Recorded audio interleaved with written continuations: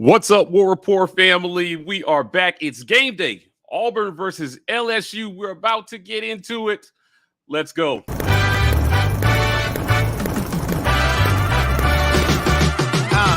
Pre-game, halftime, and post the whole time the chat live. We around our folks, but we gon' keep the chat tight, keeping out trolls. That's why you gotta get your green name on, your pre-game on, cause ain't nobody doing it better, reviewing it better, building rapport so you in tune with the players, with some quick prize picks so you can scoop you some cheddar. Get your mug or your shirt with the letters. Game time.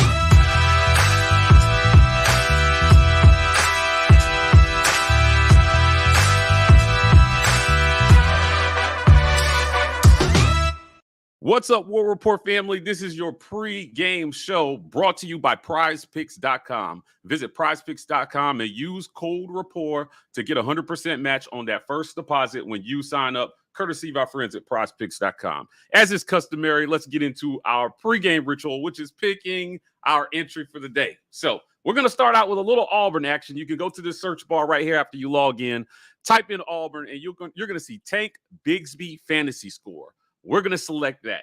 The next game we're going to pick is going to be the Clemson game. So if you type in Clemson, you're going to see our guy DJ. We're going to choose his fantasy score as well.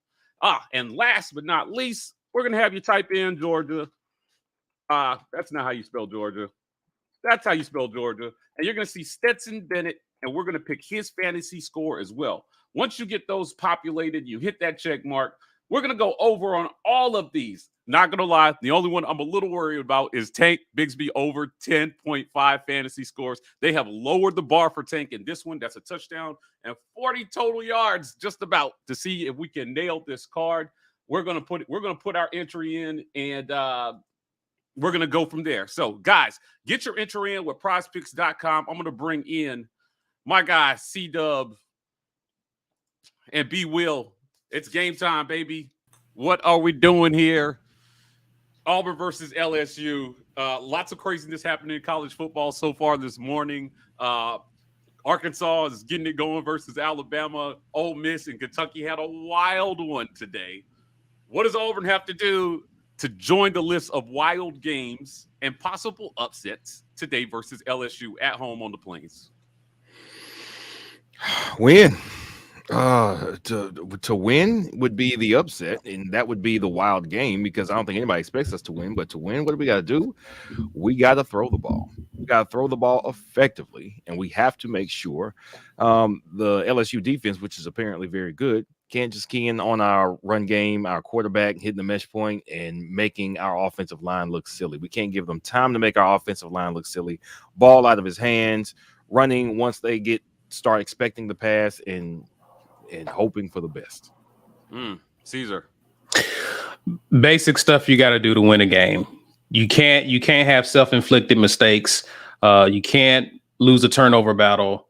Protect the football, low penalties, win time of possession. You're going to be in there at the end. Jordan Hare gets crazy when it's a close game. Make it close, eliminate mistakes, and you're going to be in the game. Man, listen, it's a chance that we see a new look.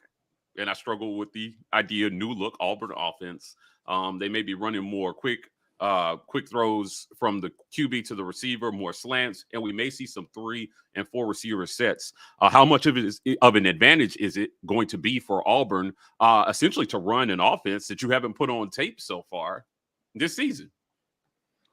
Yeah, I don't know because we haven't seen it, right? And we've been concerned with the offense that we have executed up to this point. I am happy to see that we're moving away from what we've been doing because that was not going to continue to work moving forward. Barely worked even in the month of September. So I'm curious to see how this team executes, especially if what we're hearing is true. You have new people in new positions who may actually get some burn in this game. So I'm curious to see how they look. I would have liked to have seen this change a week ago.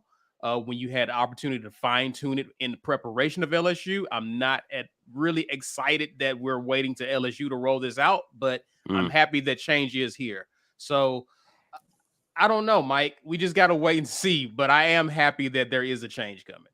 B, what do you feel about a new look Auburn offense game 5 of the season? Well, it's the best time because this is the best defense we played this year. Statistically, they are better than Penn State. And this is in conference, so it's the most important game we have played so far. It's a quality defense against an in-conference opponent. But the question will not be, is it an advantage? It is, because they haven't seen it. The question will be, because we've run it so little, they've only run it in practice this week. I mean, maybe they ran a couple plays prior. Can they execute it well enough for it to work against a very good defense? You come out first half and you do some things that work. If it's some concepts that the defensive coordinator for LSU has seen before, halftime, he's going to say, okay, we see what this is. It wasn't on tape. We weren't prepared for it, but I know this well enough to tell my guys what to do. Do we have, as we've asked many times, a counterpunch to their adjustment to what we're doing? So I definitely think it's possible for us to get out there, get up by a touchdown, score 10, 14 points early. We've seen us do that. Can we keep it going once they are keying in on what we're doing? I'm not sure. I'm hoping that we've executed well enough in practice to give our guys the confidence to go out and execute today against a quality LSU defense. Yeah, I don't know that this is an offense that they haven't practiced. More so, they just haven't been calling this stuff in games, according to our interviews with the players, right? So they've been very conservative with the play calling. There seemed to be a commitment to the 12 personnel game plan, which involves tight ends and feeding Tank right up the middle. I think there's an admission at this point that that's not working because your line can't get any push in the run game. So they've got to help Tank out. I want to get to a couple super chats here. Jonathan Taylor says, hope the team looks good tonight. I think everybody echoes those sentiments. Should I watch the War Report pregame or Bama QB runs for 77 yards? Oh, man, listen. Is that how they just scored? Man. Yeah. Yeah, so you should watch the War Report pregame now. Nothing going on over there. Right. Bryce Young suffered a shoulder injury and is not slated to return in that game, so it'll be interesting to see how that has an effect on their season, especially the Iron Bowl. It is game time again, and if you didn't know, today is Robbie Ashford's birthday. So I can't think of a better gift to yourself than to go out and ball out against LSU at home in front of 90,000 on your birthday. So we'll be looking to see if that young man has a good game today. Speaking of Robbie Ashford, I want to talk about quarterback play here. It's the Robbie Ashford show now. Robbie Ashford is the quarterback at Auburn University. On the official depth chart, they had Holden Garner and TJ Finley listed as or at the 2 spot. But there's also an admission that based on O-line play, the only guy who can maybe make anything happen between this behind this O-line is Robbie Ashford. In only his second true start at the college level, what kind of expectations can fans and realistically have for Robbie Ashford tonight? Well, I mean, how many game snaps has he had? We got to hear Jack Paws on for the LSU side on Wednesday night, and he told us that, hey, Jaden Daniels, he's okay, he runs well, but in the last 2 games, he started to look a little more decisive.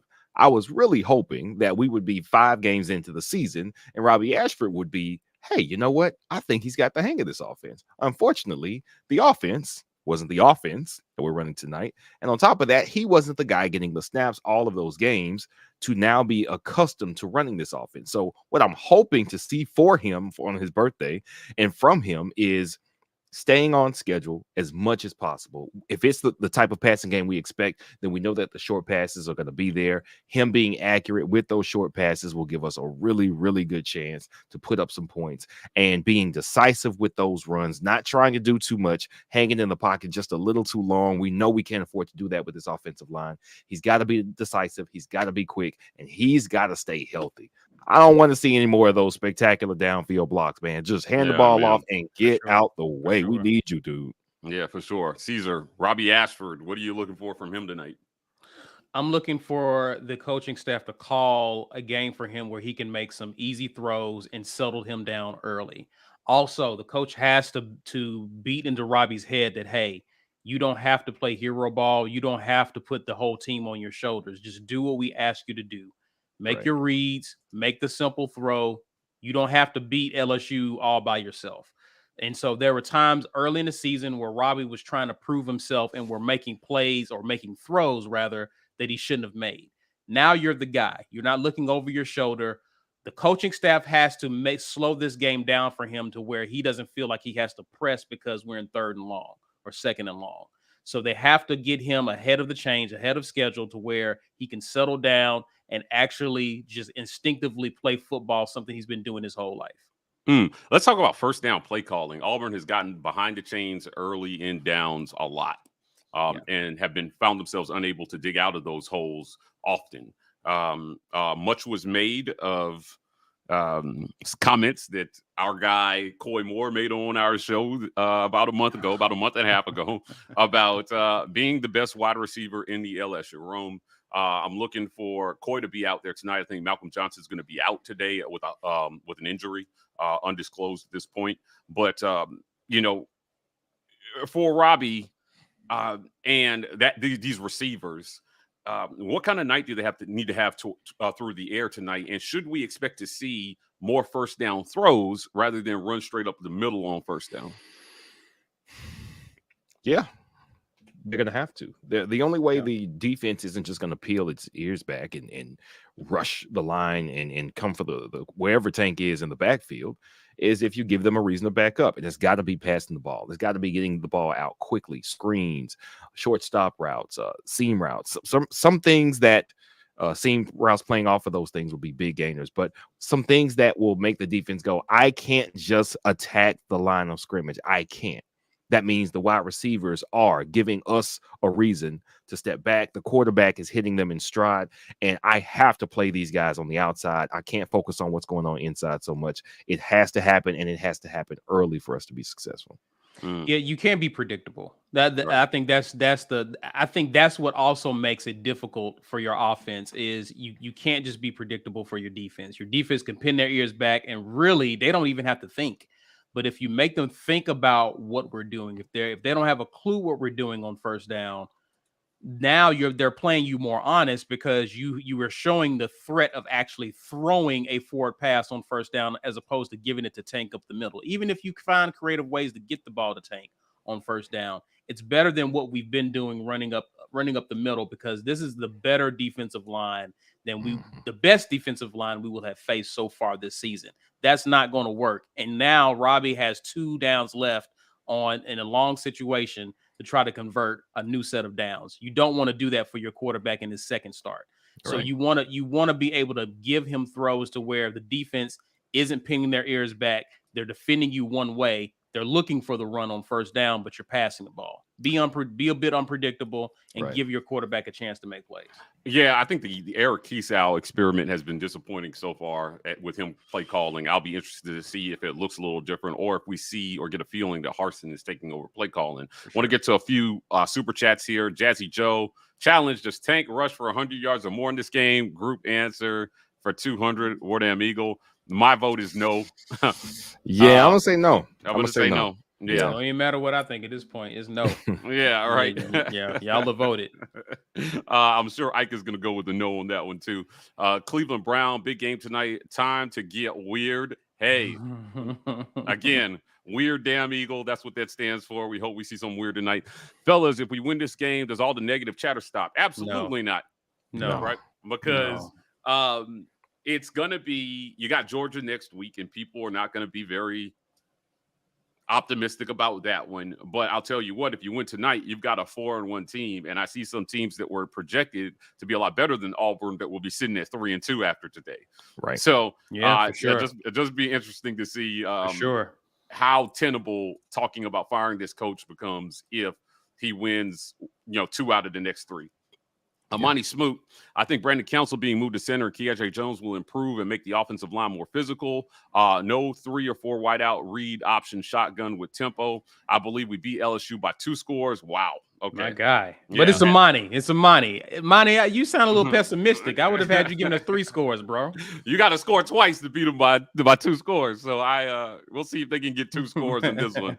Our guy Joe Kyle, Mississippi State 28, Jimothy 10, midway through the 4th. Woo! Max Johnson is taking a beating. I've watched most of that game. That guy is under fire right now. So the fact that they can do anything behind that line right now is pretty amazing. What's that be? What's that be? I'm really enjoying this day so far. It's been a really good day. Couple of score predictions. Spicy Penguin 52-6 Auburn. That's pretty optimistic. Marcus Ricks 28-10 LSU. Yikes. Erica says 24-21 in a nail biter and Jordan Hare. This would be fitting of this game. Yeah.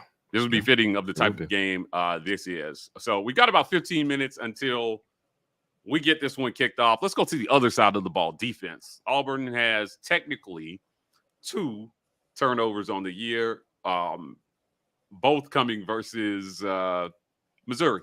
So they fumbled in the end zone. It was an unforced error, but there's a feeling that Auburn's going to have to create some turnovers in this one to have a chance. What do we expect on defense, and who are the standouts that we're looking for today? So I'm expecting the linebackers to improve their play. Gap discipline, good angles, good tackling. All of that was lacking for the last 2 weeks for these guys, and I expect that to be better. It's why their running backs for not only Penn State but Mizzou as well had such good days against us. And I don't know how you fix that in a week.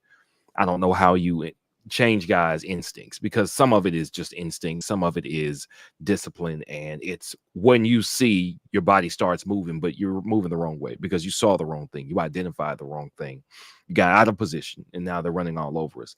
I don't know how to fix that in a week. They know it was a problem because they watched the Penn State tape. They saw it again against Mizzou.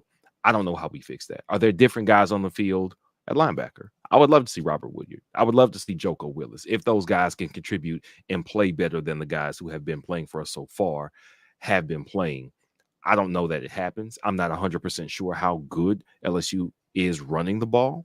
I know Jaden Daniels is good, but that's not the entirety of the run game, because then your gaps kind of go out the window once the quarterback starts scrambling. So linebacker, we've seen them get the right guys on the field at corner. DJ James is listed as a starter over Jalen Simpson. He's there. We saw Keontae Scott get a bunch of snaps at corner anyway, and we have also seen the defensive line pick up its play. Are the linebackers going to get right? That's the question for this game. Caesar, on defense, what are you looking for? Who stands out? I'm looking for us to make tackles in open field. That's really what it boils down to. We got to be able to diagnose the offense as soon as possible and then get there. And when we get there, we got to wrap up. That's been kind of the frustration that we've seen, as B alluded to, with the second level. I'm looking for guys like Derek Hall, Eku Leota to set the edge and force everything up the middle. Not let them get on the outside, run east and west, get outside of our defense and run crazy with Jaden Daniels. So I'm looking to see how we defend him, if we send a spy, if we play zone. I'm curious to see what Schmedding has cooked up for him. He has to be accounted for and part of the game plan. I just know when we get there, we need to wrap up, because if we don't wrap up, it's going to be a long night. Yeah, agreed. Linebacker play, I think, is going to be really important. Keeping contained on Jaden Daniels. He's fast and can make plays with his feet. So they're going to have to be disciplined, I think, in their gap integrity and their run lanes. They've got to take away something on this LSU offense offensively. Again, if you missed all the drama on Twitter, Coy Moore versus Keishawn Butte is going to be a storyline to watching this one. Now, Robbie, I do want to talk about this matchup for a second. Robbie Ashford found Coy a few times versus Missouri. Coy tripped over his own feet on one. It would have been a much bigger play than it ended up being. He caught a 50-50 ball on the sideline. Coy Moore has 100 yards on 6 catches so far this season in limited time, because he started the season hurt. Keishawn Butte, a disappointing 93 yards on 10 receptions so far this season. Do we look for LSU to try to get Keishawn Butte involved in this one? And is DJ James matched up on him today? I mean, that's the big question. Is Keishawn Butte going to be playing and ready to contribute to his team? Because to this point in the season, he hasn't really. I know they told us on the Wednesday show, Jack Poss again, he told us that he missed the last game for the birth of his child. So it wasn't like he just wasn't there for no reason. So the question about his commitment to the team, starting with FSU, though, and how he looked when they weren't giving him the ball, and the couple of games since then with the lack of the games that he did play with the lack of production, I think it's fair to question how in he is on this team, because this is the team, the LSU team, where we saw a lot of guys just kind of go, no, I'm not going to play anymore. I'm just going to go to the league. They had a cornerback last year who was like, no, he's a star cornerback. He just go to the league. And I would wonder if Keishawn Butte is thinking, why am I jeopardizing myself when we've got a quarterback, all he wants to do is run, and I'm going to be out here doing my thing, and he's not going to get me the ball. I'm risking my draft stock for this. Don't worry about it. I'm going to the league. Maybe some of that plays into it, and honestly, I'm never blaming an athlete when they want to protect their stock because he isn't getting the money per game that he will get next year in the NFL. But it may be a non-issue if Kayshon Boutte is not engaged, or if DJ James shuts him down, which again, I've seen some great things from DJ James. I don't think it's impossible, but when they talk again, the LSU fans wanted to make a lot about Kayshon versus Coy. They don't have the same quarterback. Those quarterbacks aren't thrown from the same offensive line. It is not the same thing. Robbie here in game 2 is a starter. Jayden Daniels at least in game 5 with the same offensive line who has been protecting him much better than Auburn's offensive line has been protecting their quarterbacks. It is not an apples to apples comparison, but of course we want to see Coy Moore get the ball and get some revenge on his former team. I would love to see it. Caesar, do we wake up the Coy Moore monster in this one? And do we see that 1,000-yard receiver you was telling us about preseason? I like the fact that we saw a good bit of Coy Moore last week with the play between him and Robbie Ashford. That speaks to the chemistry that they're forming. I expect to see more of Coy Moore tonight. So Coy Moore might be able to make some noise and be able to kind of back it up with his play tonight. As far as Boutte is concerned, he's tied for the 4th leading receiver in terms of receptions for LSU. Again, this is a new year, new coach, new offense, new quarterback. So his production has been affected as a result of all the change that's taken place at LSU. That's to be expected anytime you do have a shift in terms of a new coaching staff and a new offense. Some players who are very productive the year prior may not be quite as productive because it's a different system, asking him to do different things. Also, personally, he's got some life things going on. So I'm not quite sure if this is the Kayshon Boutte, Coy Moore battle people expect because things are different. Yeah. Things are different between these two guys. And we have this guy on our team named DJ James. If he's lined up against him, I expect him to have a good night regardless. Or he may be lined up against someone like Malik Neighbors, who's their actual leading receiver. So I don't know. I don't know what to expect from Kayshon Boutte because, again, this has not been 2021 for him. This has been a completely different year, so it's hard to know what to expect from him at this point. I just expect DJ James to line up, Keontae Scott, the rest of our cornerbacks to line up and do the job. I want to stress, Coy Moore gave the LSU receiver room his due during that interview that blew up, right? He did. And he said that, hey, listen, Kayshon is nice, but I feel like, and I think every football player feels like this, my talent exceeds his, and I just wasn't given a shot to show that because of the new OC and some things that came in there. Now, I'll tell you what, again, according to what we've seen from a stat perspective so far this season, he may not be wrong, but at the end of the day, he's got to be given opportunities to show it as well on the field. Those opportunities have been coming more as the season has been going on. Want to get back to a few more chats here. You guys are coming in with the score predictions. Leighton says 24-17. I'm assuming that's an Auburn win. Damian Postel, 24-14 Auburn. Susan says 14-17 AU. Nimfufu says release Derek Hall. Yes. Get after him. Get Daniels on the move and get him going. Anthony Rudd, Keontae Scott, punt return. I'm calling it now. I think we would all love to see points come from anywhere we can. Gabrielle with a great question. Does Anders make all his kicks today? Kicking has historically been very important in this game. Yes. And last week, no kicker wanted to win it. It's seemingly. So how worried are we about Anders Carlson if it comes down to a kick today? Again, inside the 40, I'm okay. I'm fine. It's usually when the further back he gets, it gets iffy for him. Right. And so I don't know what Harsin does when he's in that weird area on the field where you could go for it, but you can also take your points as well. I think this game will dictate a lot. What LSU is doing on offense will dictate a lot of what Harsin does in terms of whether or not he trusts his kicker to make those kicks or if he goes for it.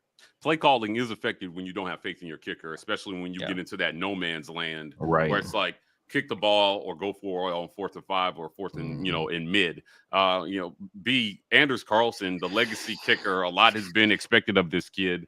How does he mentally shake off what happened last week and come back and make a big kick this week if Auburn calls on him? At this point, I'm not sure if it's confidence or if it's just something physical. When you get a knee injury like that, you had to get it repaired. Does he feel the same that he felt before he got injured? You've got to question his accuracy. I know Harsin said, hey, well, we've got confidence in him. We were just going to go for it no matter what. Okay. After so many missed kicks, then we have to start just looking at what is factual here. And factually, he's not a consistent enough kicker for us to have confidence in him. So I'm hoping I'm wrong. I would love if he came in here tonight and won us an LSU game, a game that we're favored to lose by more than a touchdown. So I would love it if he were to do that, but I absolutely agree that the play calling is going to be affected by what he has not been able to do consistently, which is make anything really over 35 with any type of regularity so far this season. Tyrone Long says it looks like every SEC team has a creative OC except Auburn and Vandy. I don't think we can really argue with how the offenses looked compared to other offenses. It's sad but true.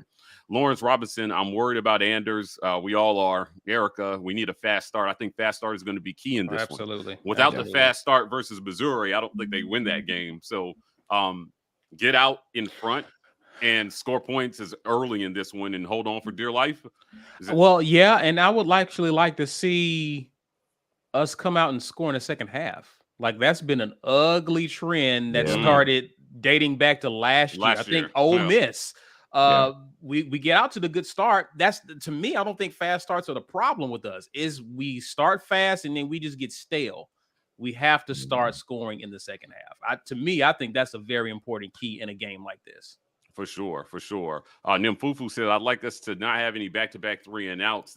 That's not too much to ask for. I think, again, keeping the ball moving on offense and flipping that field is going to be super important. James McAlpine, Auburn can be the first team in history to turn it on and turn it up in Game 5. I would love to see it. I think a lot of us, at the end of the day, we're still talking about a 3-and-1 football team, as gloom and doom as everybody has been. You win this one, you're 4-1.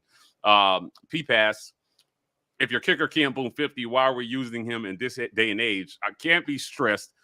We have a kicker in Evan McGuire who can definitely boom it, and another guy on the bench whose brother kicks for the Bengals. I mean, he's another legacy. But McPherson has a leg and has kicked pretty close to a 60-yarder in high school. So I'll be interested to see if they stick with Anders there or if their faith in him wanes. Damian, that plant leg is important on kicks. And that's a leg that's still in recovery pretty much. Yikes, didn't know that, but definitely good to know. Good insight, Damian. Well, guys, we're a couple minutes from game time. Let's wrap this up here. Score predictions. Let's talk about what we expect in this one. What do we feel like? What is the final score of Auburn versus LSU? Oh, boy. 2022 edition. You go first, B. Ooh, okay, all right. No, okay, all right. 23-21. No. Take that back. 23-20.